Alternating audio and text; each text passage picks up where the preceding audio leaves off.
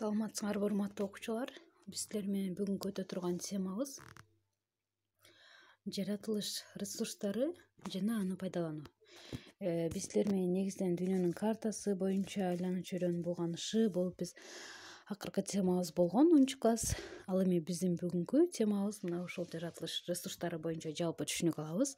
Андан кийин жер ресурстары, суу ресурстары, токой ресурс, рекреациялык ресурс, мына ушул ресурстар боюнча силер менен билим алабыз. Азыр болсо ресурс деген эмне, ал кандай бөлүнөт, мына ошолор боюнча көңүл бурабыз. Келгиле анда эмесе. Жаратылыш ресурстары негизинен балдар түгөнүүчү жана түгөнбөөчү деп экиге бөлүнөт. Ал эми түгөнүүчү ресурстар калыбына келүүчү, калыбына келбөөчү жана салыштырмалуу калыбына келүүчү деп дагы өзара 3кө бөлүнүп кетет. Мына жерде көрдүңөрбү, сүрөттөрдө берилип турат. Калыбына келбөөчү, мисалы үчүн кен казып алынгандан кийин ал жерде кенди казып ала турган болсок, мисалы кайра ал жер калыбына келбейт. Калыбына келүүчүгө мына экинчи сүрөттө ал эми салыштырмалуу калыбына келүүчү деп дагы көрсөтүлүп турат. Бул боюнча дагы кеңири токтолобуз балдар. Рекреациялык ресурс деген эмне? Силер буга чейин деле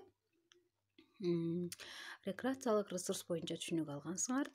Айрымдарыңар эсиңерге салдыңар деп ойлойм. Бул ошол адамдын калыбына эс акылы же болбосо ошол жумуш ден соолугун чыңдоо бул рекреациялык ресурс болуп эсептелет. Же болбосо ошо жаратылыштын койнунда өзүн эс алуу бул рекреациялык ресурс болуп эсептелет балдар. Түгөнбөөчү жаратылыш ресурстарына суу, шамал, күн энергиясы бул түгөнбөөчү жаратылыш ресурстары болуп эсептелет. Калыбына келбөөчү ресурстарга нефть, жаратылыш газы, көмүр булар калыбына келбөөчү жаратылыш ресурстары болуп эсептелет. Калыбына келүүчү жаратылыш ресурстарына дагы бул жерде кеңири көрсөтүлүп турат. Эгерде ошо бир даракты, бак дарактарды же болбосо ошо алып салып, токойду толугу менен керектүүбүзгө жаратып, анан ал жерге жаңы жаш бак дарактарды эге турган болсок, анда ал калыбына келүүчү ресурстарга кирет.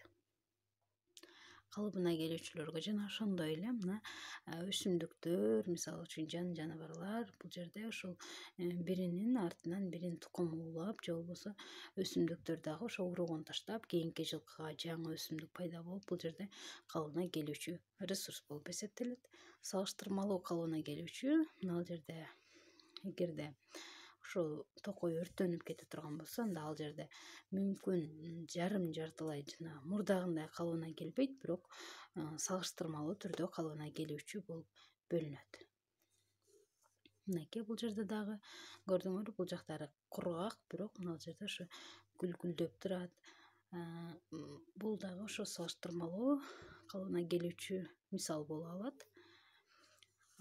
Сабагыбыз аягына чыгып калды балдар. Көңүл бурганыңарга чоң рахмат. Саламатта болуңар.